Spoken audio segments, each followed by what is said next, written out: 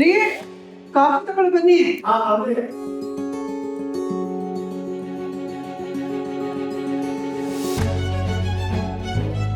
ಶ್ರಾವಣಿಯಮ್ಮ, ಮಗುನ ಮತ್ತೆ ಮತ್ತೆ ಮಾತಾಡ್ಸಿದ್ರೆ ಅವ್ರ ಊರು, ಅಪ್ಪ ಅಮ್ಮನ ಹೆಸರು ಏನಾದರೂ ನೆನಪಿಗೆ ಬರ್ಬೋದು.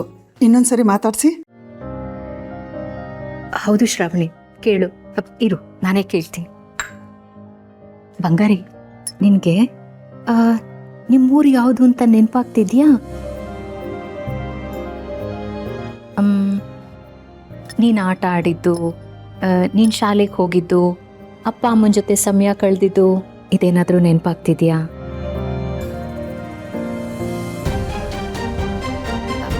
ಇನ್ನೊಂದ್ಸರಿ ನೆನಪಿಸ್ಕೊಳ್ಳೋದಕ್ಕೆ ಪ್ರಯತ್ನ ಪಡು. ನಿಮ್ಮೂರು ಎಲ್ಲಿದೆ? ನಿಮ್ಮೂರ ಹೆಸರೇನು? ಮಗು ಯಾವುದೋ ಶಾಕಲ್ಲಿದೆ ಅನಿಸುತ್ತೆ. ಅದೇ ಗಾಬರಿಯಲ್ಲಿ ಎಲ್ಲ ಮರ್ತೋಗಿರ್ಬೇಕು, ಅಥವಾ ಇನ್ಯಾವುದೋ ಭಯ ಈ ಮಗು ಮನಸ್ಸಲ್ಲಿ ಉಳ್ಕೊಂಡಿರ್ಬೇಕು.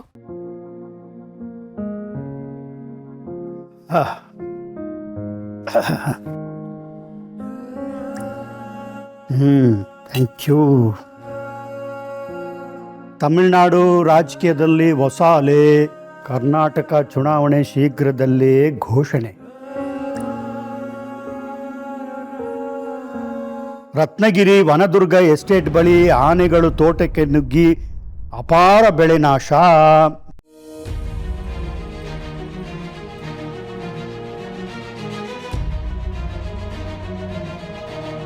ಪುಟ್ಟ,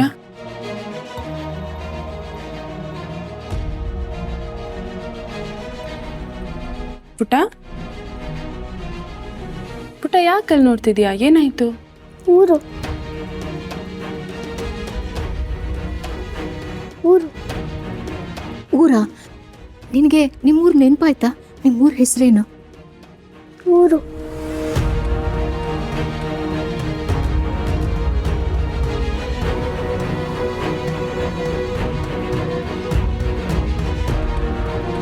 ರೀ, ಈಗ ಓದಿದ್ರಲ್ಲ, ಅದನ್ನ ಇನ್ನೊಂದ್ಸರಿ ಓದಿ. ಅದೇ ಕಣೆ, ರತ್ನಗಿರಿ ಬಳಿ.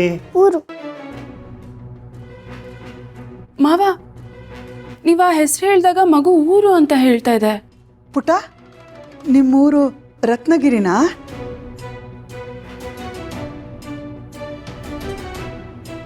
ಇರ್ಬೋದು. ಅದಕ್ಕೆ ಊರ ಹೆಸರು ಕೇಳ್ತಿದ್ದ ಹಾಗೆ ಇವಳು ಹೀಗೆ ರಿಯಾಕ್ಟ್ ಮಾಡ್ತಿದ್ದಾಳೆ. ಸುಬ್ಬು ಸ್ಟೇಷನ್ಗೆ ಹೊರಟಿದ್ದಾನೆ. ನಾನು ಈಗಲೇ ಅವನು ಕಾಲ್ ಮಾಡಿ ಈ ವಿಷಯ ಹೇಳ್ತೀನಿ.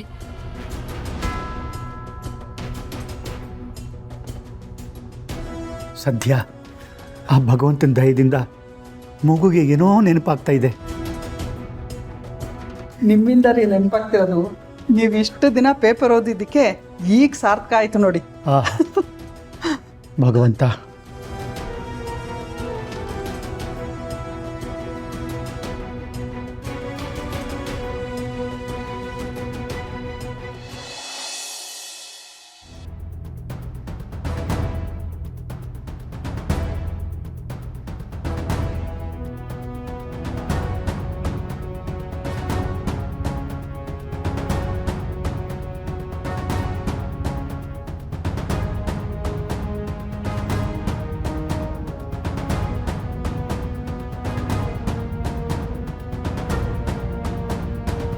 ಸರ್ ನಮಸ್ತೆ. ನಮಸ್ತೆ ಸುಬ್ರಹ್ಮಣ್ಯ, ನೀವೇನಿಲ್ಲ, ಹೇಗಿದ್ದೀರಾ?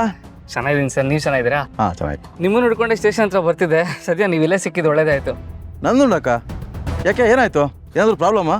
ವೀರೇಂದ್ರ ಸರ್ ಹೇಗಿದ್ದಾರೆ? ಪಾಪ, ಅವ್ರಿಗೆ ಈ ರೀತಿ ಆಗಬಾರ್ದಾಗಿತ್ತು. ಇಲ್ಲ ಇಲ್ಲ, ಯಜಮಾನ್ರಿಗೇನು ತೊಂದರೆ ಇಲ್ಲ, ಅವ್ರು ಆರಾಮಾಗೇ ಇದ್ದಾರೆ. ಅವ್ರನ್ನೆಲ್ಲ ಪಾಸಿಟಿವ್ ಆಗಿ ತಗೋತಾರೆ ಸರ್. ಮತ್ತೆ ನಾನು ನೋಡೋಕೆ ಯಾಕೆ ಬರ್ತಾಯಿದ್ರಿ? ಏನಿಲ್ಲ, ನಾವು ಫ್ಯಾಮಿಲಿ ಎಲ್ಲ ಗೋಕರ್ಣಕ್ಕೆ ಹೋಗಿದ್ವಿ. ಅಲ್ಲಿ ನಮಗೊಂದು ಮಗು ಸಿಕ್ತು. ಆ ಮಗು ಅವ್ರ ಅಪ್ಪ ಅಮ್ಮನಿಂದ ತಪ್ಪಿಸ್ಕೊಂಡು ಅಲ್ಲಿ ಯಾರ್ದೋ ಮನೇಲಿತ್ತು. ನಾವೀಗ ಕರ್ಕೊಂಬಂದು ನಮ್ಮ ಮನೇಲಿ ಇಟ್ಕೊಂಡಿದ್ದೀವಿ. ಹೌದಾ? ಆ ಮಗು ಏನು ಹೇಳ್ತಿದೆ? ಅವ್ರ ಅಪ್ಪ ಅಮ್ಮ ಊರು ಏನೋ ಗೊತ್ತಾಗ್ತಲ್ಲ ಸರ್. ಆ ಮಗುಗೆ ನೀನು ಎಲ್ಲಿದ್ದಮ್ಮ, ನಿಮ್ಮ ಅಪ್ಪ ಅಮ್ಮ ಯಾರು ಅಂತ ಏನು ಕೇಳಿದ್ರು ಆ ಮಗುಗೆ ಏನೂ ನೆನಪಿಲ್ಲ. ಅದಕ್ಕೆ ನಾವು ಸುಮ್ಮನೆ ಆಗಿಬಿಟ್ಟಿದ್ವಿ. ಇದ್ದಕ್ಕಿದ್ದಂಗೆ ಆ ಮಗು ನಮ್ಮ ಮನೆ ರತ್ನಗಿರಿಲಿರೋದು ಅಂತ ಬೆಳಿಗ್ಗೆನೇ ಹೇಳ್ತಂತೆ. ಅದಕ್ಕೆ ಆ ಮಗುನ ಅವ್ರ ಮನೆಗೆ ತಲುಪಿಸೋದಕ್ಕೆ ಸಹಾಯ ಮಾಡ್ತೀರಾ ಅಂತ ಕೇಳೋಣ ಅಂತ ಹೊರಟಿದ್ದೆ. ಅದಕ್ಕೆ ಇದೊಂದೇ ಮಾಹಿತಿ ಗೊತ್ತಿರೋದು. ಈ ಸಹಾಯ ಅಲ್ಲ ಸುಬ್ಬು, ನಮ್ಮ ಕರ್ತವ್ಯ. ಏನು ಯೋಚನೆ ಮಾಡಬೇಡಿ. ಆ ಮಗುನ ಅವ್ರ ಅಪ್ಪ ಅಮ್ಮ ಸೇರಿಸೋ ಜವಾಬ್ದಾರಿ ನಮ್ಮದು. ಆ ಮಗುದು ಫೋಟೋ ಏನಾದರೂ ಇದೆಯಾ? ಫೋಟೋ ಇದೆ.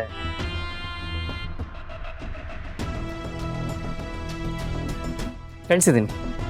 ಆಯ್ತು, ನಾನು ನೋಡ್ತೀನಿ. ನೀವು ಆ ಮಗುನ ಹುಷಾರಾಗಿ ನೋಡ್ಕೊಳ್ಳಿ. ಅವ್ರ ಅಪ್ಪ ಅಮ್ಮ ಬಗ್ಗೆ ಡೀಟೇಲ್ಸ್ ಗೊತ್ತಾದರೆ ನಾನು ನಿಮ್ಗೆ ಕಾಂಟ್ಯಾಕ್ಟ್ ಮಾಡ್ತೀನಿ ನಿಮಗೆ. ಸರಿ ಸರಿ ಸರ್, ಆಯ್ತು. ಕಂಪ್ಲೇಂಟ್ ರೇಟಿಂಗಲ್ಲಿ ಏನಾದ್ರು ಕೊಡಬೇಕಾ? ಅದೆಲ್ಲ ಈಗ ಏನು ಬೇಡ, ಆಮೇಲೆ ನೋಡ್ಕೊಳ್ಳೋಣ. ಮೊದಲು ಅವ್ರ ಅಪ್ಪ ಅಮ್ಮ ಅಡ್ರೆಸ್ ಗೊತ್ತಾಗಲಿ.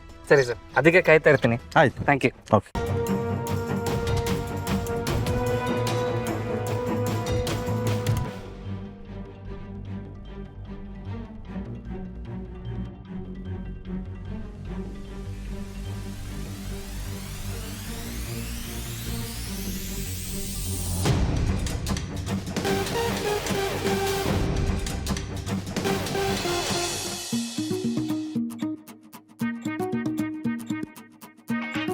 ಈ ಮನೆ ಪೀಸ್ ಮಾರ್ಕೆಟ್ ಆಗೋಗಿದೆ. ಬರೀ ಪೀಸ್ ಮಾರ್ಕೆಟ್ ಅಲ್ಲ, ಆ ಪಿಸರಿ ಮ್ಯಾನು ಕೊಟ್ಟ ಮಗುನು ಕೂಡ ಈ ಮನೆಗೆ ಬಂದಾಯ್ತು. ನಾನು ಜೇಬ್ ತುಂಬ ಜನ ಅಂತ ದುಡ್ಡಿರುತ್ತೆ ಅಂತ ಅನ್ಕೊಂಡ್ರೆ ಈ ಮನೆ ತುಂಬ ಜನ ತುಂಬಿ ತುಳುಕ್ತಾ ಇದ್ದಾರೆ. ಕಾಕ್ರೋಚ್ ಥರ ಇದ್ದಾರೆ ಈ ಮನೆಯಲ್ಲಿ ಜನಗಳು. ಕಾಕ್ರೋಚ್ ಇಲ್ಲಿ ನೋಡಿ, ಕಾಕ್ರೋಚ್ ಅಲ್ಲ. ಇದನ್ನು ಹೊಡೆಯೋಕ್ಕೂ ಆಗ್ತಾ ಇಲ್ಲ, ಹೊಡೆದು ಸಾಯಿಸೋಕ್ಕೂ ಆಗ್ತಿಲ್ಲ. ಯಾಕೆಂದರೆ ನನ್ನ ಹತ್ರ ಅಂಥ ಸ್ಪ್ರೇ ಇನ್ನೂ ಸಿಕ್ಕಿಲ್ಲ. ಏನು ಮಾಡಲಿ? ಅಯ್ಯೋ ಬೇಡಪ್ಪ ಶಿವನೇ, ಈ ಮನೆ ತುಂಬ ಜನಗಳು ತುಂಬಿ ತುಳುಕ್ತಿದ್ದಾರೆ ಅಂತ ಇವರೇ ನನ್ನನ್ನು ಮನೆಯಿಂದ ಆಚೆ ಹಾಕ್ಬಿಟ್ರೆ ಏನು ಮಾಡಲಿ?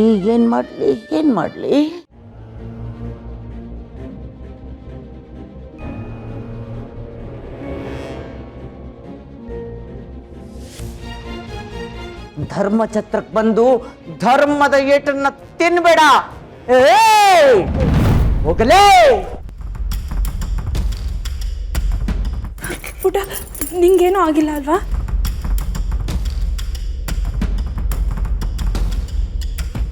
ಮನುಷ್ಯರಿಗೆ ಮನುಷ್ಯತ್ವ ಇರುತ್ತೆ, ಮನ್ಸಿರೋರ್ಗೆ ಮಾನವೀಯತೆ ಇರುತ್ತೆ. ಆದ್ರೆ ನೀವು ಒಂದು ಹೆಣ್ಣಲ್ವಾ? ಒಂದು ಚೂರಾದ್ರೂ ಕರುಣೆ ಬೇಡವಾ?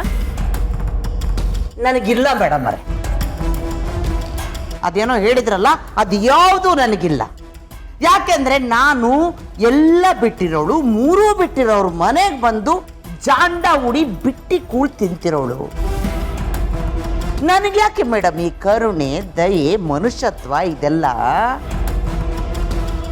3.5 ಅಂಗಲ ಇರೋ ಈ ಜಾಗದಲ್ಲಿ 300 ಜನ ವಾಸ ಮಾಡಿದ್ರೆ ಮಾತುಗಳು ಹಿಂಗೆ ಬರೋದು.